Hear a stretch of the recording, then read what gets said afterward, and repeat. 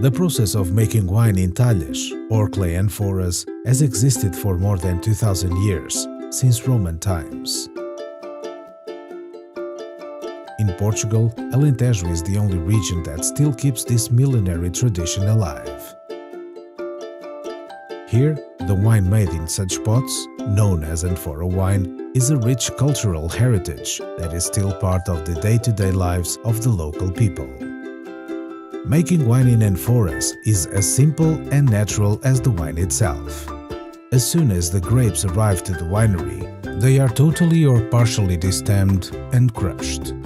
This can take place either on traditional slated tables using crushing rolls or possibly by way of more modern electric grape crushers. The juice, the skins, and usually part of the stems are then placed into the clay amphoras, where fermentation spontaneously takes place. Once this process is underway, the cap, the thick mass of pulp and skins, is punched down twice a day with a wooden plunger.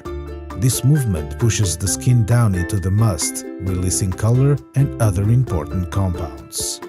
It also keeps the cap from sealing the mouth of the amphora to help prevent the clay pot from exploding. It is important to maintain the must temperature low during fermentation to preserve the wine's aromas. The porosity of the amphora helps, as do dampened burlap or rags that are wrapped around the clay pots.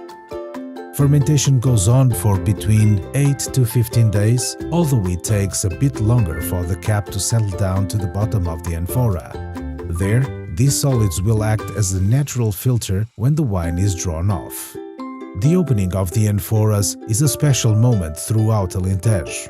It traditionally takes place on the feast of Saint Martin, November the 11th.